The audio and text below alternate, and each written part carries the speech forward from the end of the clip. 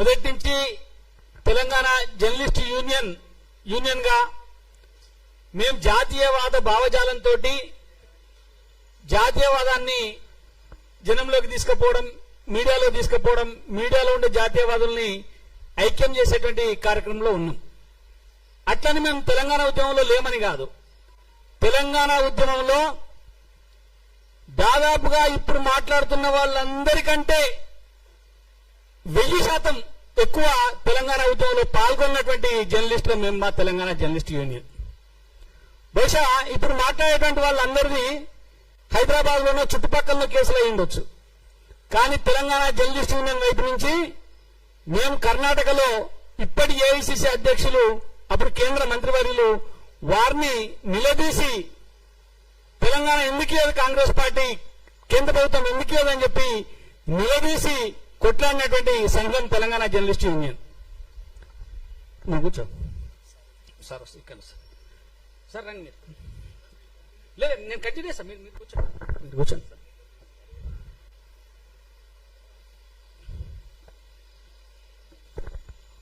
అట్లా తెలంగాణ ఉద్యమంలో కీలకంగా పనిచేసి తెలంగాణ రావడానికి కాదు, తెలంగాణ ఉద్యమంలోకి కేసీఆర్ రావడానికి కూడా నాలాంటి జర్నలిస్టులమే కారణం, నేను కూడా కారణం దానికి. ఇలా గొప్పగా మేము తెలంగాణ వాదం అని చెప్పుకుంటున్నటువంటి వ్యక్తులు బహుశా అప్పుడు అడవుల్లో ఉన్న అన్నలకు ఉత్తరాలు చిట్టీలు అందించుకుంటాను ఉన్నటువంటి వ్యక్తులు తప్ప ఉద్యమంలో ఉన్నటువంటి వ్యక్తులు కాదు. ఆ చిట్టీలు అందించే కార్యక్రమానికి భగ్నం కలగకుండా తెలంగాణ ముసుగేసుకున్నటువంటి నాయకులు, తెలంగాణ ఉద్యమం ముసుగేసుకున్నటువంటి నాయకులు ఇప్పుడు కొంతమంది చెప్తున్నటువంటి జర్నలిస్టులు. కాబట్టి తెలంగాణ అంటేనే ప్రజాస్వామ్యబద్ధంగా కొట్లాడినటువంటి ఒక పోరాటం తెలంగాణ.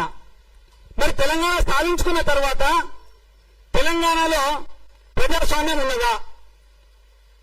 ప్రజాస్వామ్యం అంటే ఏంటి? ప్రజాస్వామ్యం ఉండాలంటే ఏం చేయాలి?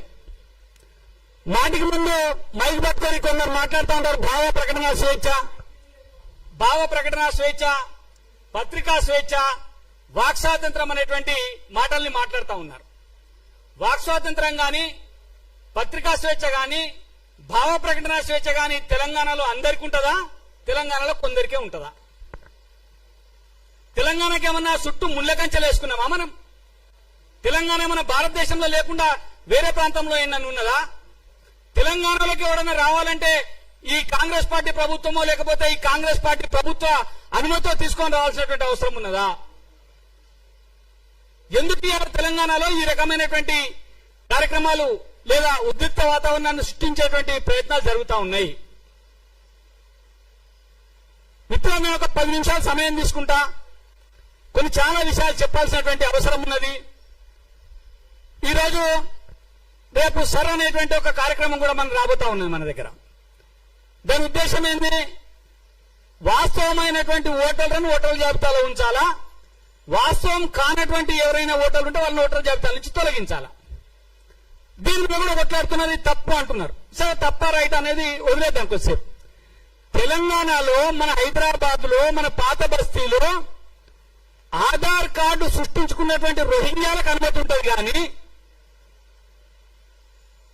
ఆధార్ కార్డు సృష్టించుకొని ఓటర్ లిస్ట్ లో ఓటు రాయించుకొని ఇక్కడ ప్రజలను దోపిడీ చేసి ఇక్కడ ప్రజలపైన దౌర్జన్యం చేసేటువంటి రోహింగ్యాలకు ఇక్కడ అనుమతి ఉంటుంది. వాళ్ళ గురించి ఎవరు మాట్లాడరు. కానీ పక్క రాష్ట్రం వాళ్ళు లేకపోతే ఇతర రాష్ట్రం వాళ్ళు వచ్చి ఇక్కడ మాట్లాడతామంటే ఎందుకు ఇబ్బంది కలుగుతా ఉన్నది? ఎందుకు నొప్పి కలుగుతా ఉన్నది? ఎందుకని చెప్పి అనుమతులు ఇవ్వకుండా ఇబ్బందులు పెడతా ఉన్నారనే దానిపైనే ప్రధానమైనటువంటి చర్చ. ప్రజాస్వామ్యం అంటే ఏంది?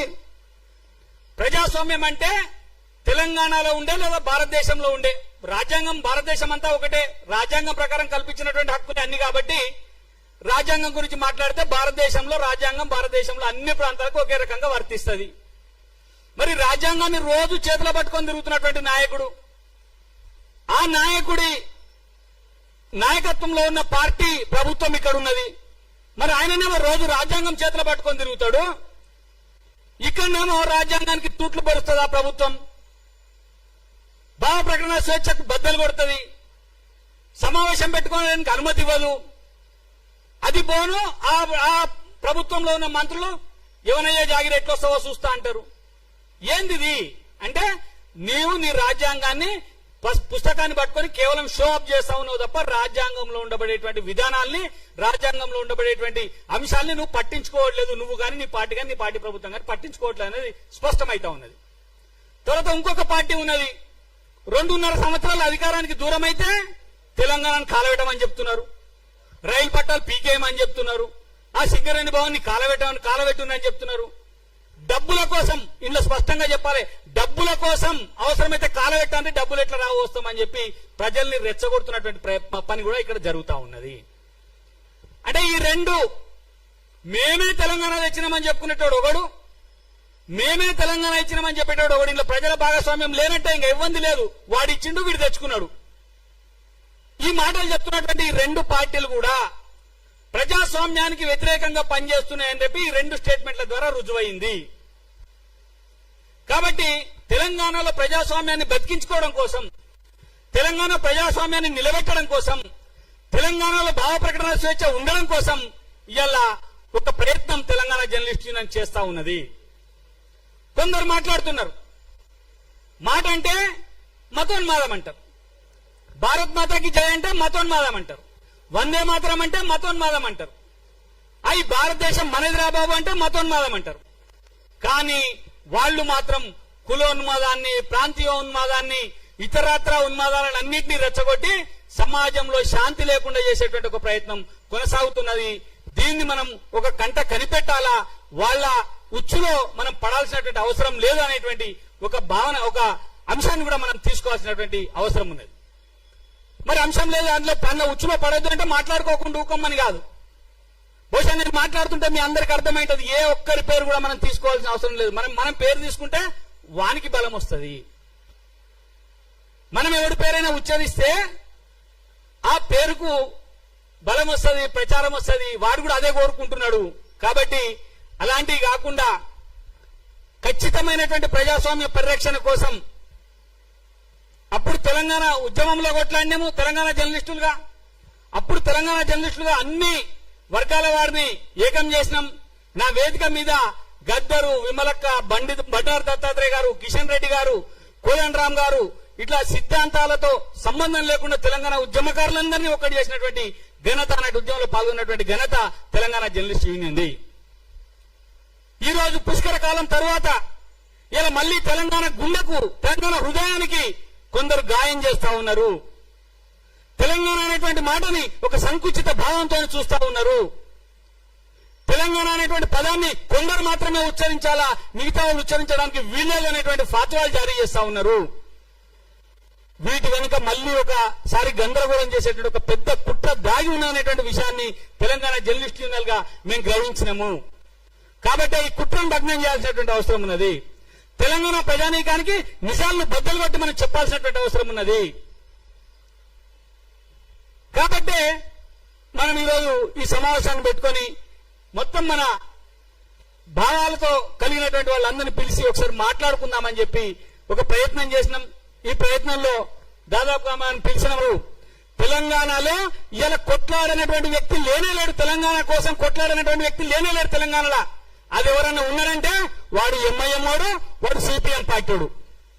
వాళ్ళిద్దరిని సంకల పెట్టుకొని, ఆ ఎంఐఎం వాడిని, ఆ సిపిఎం పార్టీని సంకల పెట్టుకొని ఇలా తెలంగాణ గురించి మాట్లాడుతున్నటువంటి మూర్ఖులకు ఏం సమాధానిస్తాం? ఈ మాట తెలంగాణలో ప్రతి ఒక్కరు తెలంగాణలో పుట్టిన ప్రతి బిడ్డ ఉద్యమకారుడు అన్నది నేనలే. 2012లో తెలంగాణ జర్నలిస్టులను స్థాపించిన తర్వాత మేము బెంగళూరులో మల్లికార్జున ఖర్గే కేంద్ర మంత్రిని గ్రావ్ చేస్తే అక్కడ మమ్మల్ని అరెస్ట్ చేసిండ్రు. అరెస్ట్ చేసి పోలీస్ స్టేషన్ తీసుకుపోయి దాదాపు 12 గంటల పాటు పోలీస్ స్టేషన్ లో వచ్చి స్టేషన్ బెయిల్ మీద విడుదల చేసినప్పుడు అక్కడ ఎస్ఐ అన్న మాట ఏంటంటే, సార్ వీళ్ళది సంతకాలు పెట్టేయండి అంటే, మాకు సంతకాలు ఒకసారి వదిలేయండి అని చెప్తే అలా కానిస్టేబుల్ అన్న సంతకాలు పెట్టండి, మీరు ఇది రికార్డ్ అవుతుంది, ఎందుకంటే రేపు మీ తెలంగాణ వచ్చిన తర్వాత మీరు ఒక ఉద్యమకారులు ఇక్కడ గుర్తింపు వస్తుంది, మీకు ఈ రికార్డు ఉంటుంది మీరు అన్నప్పుడు అక్కడ ఎస్ఐ అన్నారు, పిచ్చోడా తెలంగాణలో పుట్టిన బిడ్డ కింద నుంచి పాడ మీద ఉన్న శవం దాకా ప్రతి ఒక్కరు తెలంగాణ కోసమే కొట్లాడుతున్నారు. తెలంగాణలో తెలంగాణ ఉద్యమకారులు కానుడు వాళ్ళు లీడరా బాబు అని చెప్పిండు. అంటే అర్థం చేసుకోండి మీరు, తెలంగాణలో ప్రతి ఒక్క సబ్బండ వర్గాలు తెలంగాణ కోసం కొట్లాడినాయి. కొట్లాడినటువంటి వ్యక్తులు ముగ్గురు, ఇద్దరు కూడా కాదు ముగ్గురు అని చెప్తా ఉన్నా. ఎందుకంటా ఉన్నా అంటే, ఒకటి కాంగ్రెస్ పార్టీ ఈ తెలంగాణ తీర్మానం చేయలేదు ఏఐసిసిలో. కాంగ్రెస్ పార్టీ తెలంగాణకు అనుకూలంగా ఏఐసిసిలో తీర్మానం చేయలేదు. కనీసం ప్రదేశ్ కాంగ్రెస్ పార్టీ కూడా తీర్మానం చేయలేదు. ఎందుకంటే అప్పుడు ఉమ్మడి రాష్ట్రంలో ఉన్నాం, అప్పుడు కూడా ప్రదేశ్ కాంగ్రెస్ కమిటీ కూడా తెలంగాణ కోసం తీర్మానం చేయలేదు. తీర్మానం చేసినటువంటి పార్టీ ఏది? జాతీయ స్థాయి నుంచి గల్లీ నుంచి ఢిల్లీ దాకా అంటాం కదా, గల్లీ నుంచి ఢిల్లీ దాకా తీర్మానం చేసి తెలంగాణతో ముక్తఖండంగా ఆంధ్రాలో, కర్ణాటకలో, పశ్చిమ బెంగాల్లో ఎక్కడైనా సరే భారతీయ జనతా పార్టీ తెలంగాణ కావాలనేటువంటి డిమాండ్ పెట్టింది. బీజేపీ గల్లీ నుంచి ఢిల్లీ దాకా తీర్మానాలు చేసి తెలంగాణ కోసం కొట్లాడింది. కాంగ్రెస్ పార్టీ తీర్మానం చేయలే. సిపిఎం పార్టీ తెలంగాణకు వ్యతిరేకంగా తీర్మానం చేసి మేము విశాలాంధ్రాన్ని కోరుకుంటున్నాం, తెలంగాణ మాకు వద్దని చెప్పింది. ఎంఐఎం పార్టీ తెలంగాణ వద్దన్నది. తెలంగాణ వస్తే ఇక్కడ బీజేపీ బలపడుతుంది, హిందుత్వ శక్తులు బలపడతాయి కాబట్టి మేము తెలంగాణను వ్యతిరేకిస్తున్నాం, తెలంగాణ వద్దని చెప్పి ఓపెన్ గా స్టేట్మెంట్ ఇచ్చినటువంటి పార్టీలు మూడు: ఎంఐఎం, కాంగ్రెస్, సిపిఎం పార్టీలు. మరి ఇలా ఆ ముగ్గురిని సంకలనం పెట్టుకొని, ఆ ముగ్గురిని ముందర కూర్చుని పెట్టుకొని ఇలా తెలంగాణ ఉద్యమానికి వ్యతిరేకంగా పనిచేసినటువంటి వాళ్ళు ఇలా తెలంగాణ అంటే మాదే, మేమే తెలంగాణ కోసం మాట్లాడినామని చెప్పి చెప్తా ఉన్నారు. ఒక ఆయన గొంతెత్తుకొని మాట్లాడుతూ ఉన్నాడు, నేను వామపక్షవాదిని, నేను కమ్యూనిస్టుని అని చెప్పి ఇలా గుర్తొచ్చింది ఆయనకి. ఇది కేసులు అయిన తర్వాత. అంతకుముందు కమ్యూనిస్టులను తిట్టిండు, అంతకుముందు వాళ్ళు కమ్యూనిజమే లేదన్నాడు. ప్రపంచవ్యాప్తంగా కమ్యూనిజం నాశనం అయిపోతుందని చెప్పి వీడియోలో చెప్పినటువంటి ఒక గొప్ప వ్యక్తి ఇలా కేసులైన అనగానే నేను కమ్యూనిస్ట్నే, కమ్యూనిస్టు భావజాలం నాది అని చెప్పి మిగతా మందుని ఎన్కేసుకునేటువంటి ఒక ప్రయత్నం చేస్తా ఉన్నాడు. ఆ మేధావి ఏనాడైనా తెలంగాణకు అనుకూలంగా మాట్లాడిండా? తెలంగాణకు అనుకూలంగా ఏ ఉద్యమంలోనే ఉన్నాడా? ఏ ఉద్యమంలో కనిపించిందా? ఆయన అప్పుడు చైర్మన్ గా ఉన్నటువంటి 10 టీవీ ఏనాడైనా తెలంగాణ అంశాలను ప్రజలకు చూపించిందా? ఇది జరగాల్సినటువంటి చర్చ, ఇది జరగాల్సినటువంటి అవసరం ఉన్నది. ఇవాళ ఆయనను ముందర పెట్టుకొని మిగతా ఈ కోతిమూకంతా కూడా చిల్లర ఆడుకునే బ్యాచ్ ఇదంతా. ఈ బ్యాచ్ అంతా ఇలా తెలంగాణను మళ్ళీ ఒక విధ్వంసం వైపు నెట్టేటువంటి ప్రయత్నం చేస్తా ఉన్నారు. దయచేసి ఈ సంపాదించుకున్నటువంటి తెలంగాణను, కొట్లాడి మనం సాధించుకున్నటువంటి తెలంగాణను కాపాడుకోవాల్సినటువంటి బాధ్యత ఈ తెలంగాణ భూమి పుత్రుడుగా, తెలంగాణ కోసం కళ్ళగన్న వారిగా, తెలంగాణ కోసం కొట్లాడిన వారిగా, ఈ తెలంగాణను భారతదేశంలో అంతర్భాగం చేసినటువంటి సర్దార్ వల్లభాయ్ పటేల్ వారసులుగా మనం ఈ తెలంగాణను కాపాడుకునేటువంటి అవసరం ఉందని చెప్పి నేను మీ అందరికీ విజ్ఞప్తి చేస్తా ఉన్నా. కాబట్టి తెలంగాణ జర్నలిస్ట్ యూనియన్ ఇలా ఈ అంశాన్ని తీసుకుంది. ఈ అంశాన్ని బహుశా కాకతీయంగానే మేము ఇక్కడ తీసుకున్న సిద్ధు చెప్పిండు, అన్న ఇట్లా మాట్లాడదామని చెప్పి రాత్రే చెప్పిండు. చెప్తే సరే దీన్ని నిర్వహిద్దామని చెప్పి నిర్వహించడం. కానీ దీనికి నేను ఒక స్పష్టమైనటువంటి ఒక ఎంకార్డు కూడా ఇవ్వాలనుకుంటున్నా. ఈ సమావేశాన్ని అన్ని ఉమ్మడి జిల్లాలలో పెడతాం. తెలంగాణలో ప్రజాస్వామ్యం ఉందా లేదా, ప్రజాస్వామ్యం ఉంటే ఎట్లా ఉండాలి తెలంగాణ అనేటువంటి విషయాన్ని తెలియజేయడం కోసం అన్ని ఉమ్మడి జిల్లాలలో కూడా తెలంగాణ జర్నలిస్ట్ యూనియన్ వైపు నుంచి కలిసి వచ్చేటువంటి మనకి అందరి సంఘాలతో కలిసి మరొకసారి మేము ఈ ప్రయత్నం చేస్తామని చెప్పి ఈ సందర్భంగా తెలియజేస్తూ, మరి మా ఆహ్వానాన్ని మన్నించి వచ్చినటువంటి వివిధ సంఘాల నాయకులందరికీ కూడా ఇక్కడ చాలా మంది ఉన్నారు. చాలా పోరాటాలు చేసినటువంటి మురళీ మనోహర్ గారు ఉన్నారు. వారు ఏబీవీపీలో జాతీయ అధ్యక్షుడిగా పనిచేశారు. తెలంగాణ ఉద్యమంలో తెలంగాణ లెక్చరర్లందరినీ ఒక్కటి చేసి తెలంగాణ లెక్చరర్ల ఫోరాన్ని ఏర్పాటు చేశారు. ఏబీవీపీలో ఉంటూ ఒక పెద్ద గర్జన ఏర్పాటు చేసి ఇక్కడ లక్షలాది మందితోటి తెలంగాణ అనేటువంటి అంశాన్ని విద్యార్థుల లోకానికి తెలియజేయడం కోసం పనిచేసినటువంటి మహానుభావులు మురళీ మనోహర్ గారు ఉన్నారు. అట్నే చాలా మంది నాయకులు ఇక్కడ అంతా తెలంగాణ ఉద్యమంలో పనిచేసిన వాళ్ళే ఉన్నారు. వీళ్ళందరూ కూడా మాట్లాడాల్సినటువంటి అవసరం ఉంది. కాబట్టి దయచేసి ఈ అంశాన్ని మనం బలంగా తీసుకుపోవాల్సినటువంటి అవసరం ఉన్నది. తెలంగాణ పేరుతోటి జై తెలంగాణ అని మనము అంటాం, జై తెలంగాణ అని ఇంకోటి అంటాడు. కానీ జై తెలంగాణ అని నినాదం వెనుక ఎవరి దగ్గర స్వచ్ఛత ఉన్నదనేటువంటి విషయాన్ని కూడా మనం గమనించుకోవాలి. మళ్ళీ ఒక్కసారి ఏదైతే అటవీ ప్రాంతాల నుంచి మాయమైపోయినటువంటి నక్సలైట్లు అటవీ ప్రాంతాలు వదిలి ప్రజల చేత చీత్కరించబడి తుపాకుల్ని వదిలేసి మరి ఈ నాగరిక ప్రపంచంలోకి వచ్చినటువంటి వ్యక్తులు వాళ్ళ మనస్తత్వాన్ని మార్చుకోలేదు. వాళ్ళు తిరిగి మళ్ళొక్కసారి ఈ సమాజంలో అల్లకల్లోలాన్ని గందరగోళాన్ని సృష్టించేటువంటి ప్రయత్నం చేస్తా ఉన్నారు. దీని వెనక ఎన్నికల కుట్ర కూడా దాగి ఉన్నదనేటువంటి విషయాన్ని మీ అందరూ గుర్తుంచుకోవాలని ఆ వైపున మనం ప్రయత్నం చేయాలా. మరొక్కసారి జాతీయవాదాన్ని ప్రజల్లోకి తీసుకుపోవడం కోసం మనం ప్రయత్నం చేయాలి. జాతీయవాదం అనేటువంటి ఏకైక దృక్పథంతో మొత్తం భారతదేశం అంతా కలిసి ఉండాలనేటువంటి ఏకైక దృక్పథంతో ఆ రోజు సర్దార్ వల్లభాయ్ పటేల్ గారు ఈ తెలంగాణను తీసుకొచ్చి భారతదేశంలో విలీనం చేసిండు. కాబట్టి జాతీయవాదానికి తెలంగాణ వాదానికి ముడిపడి విడదీయరానటువంటి ఒక ఆత్మీయ సంబంధం ఉన్నది. కాబట్టి తెలంగాణ వాదులుగా మనం ఒకసారి తెలంగాణను కాపాడుకుంటూ తెలంగాణను రక్షించుకుంటూ మరొకసారి జాతీయవాదాన్ని తెలంగాణలో విస్తృతపరిచేసేటువంటి కార్యక్రమాన్ని తీసుకోవాలని చెప్పి కోరుకుంటూ ఈ అవకాశం ఇచ్చినటువంటి సభాధ్యక్షులు బింగి స్వామి గారికి మిగతా పెద్దలందరికీ కూడా కృతజ్ఞతలు ధన్యవాదాలు తెలియజేస్తూ ముగిస్తా ఉన్నాను. భారత్ మాతాకి, భారత్ మాతాకి జై తెలంగాణ, జై తెలంగాణ.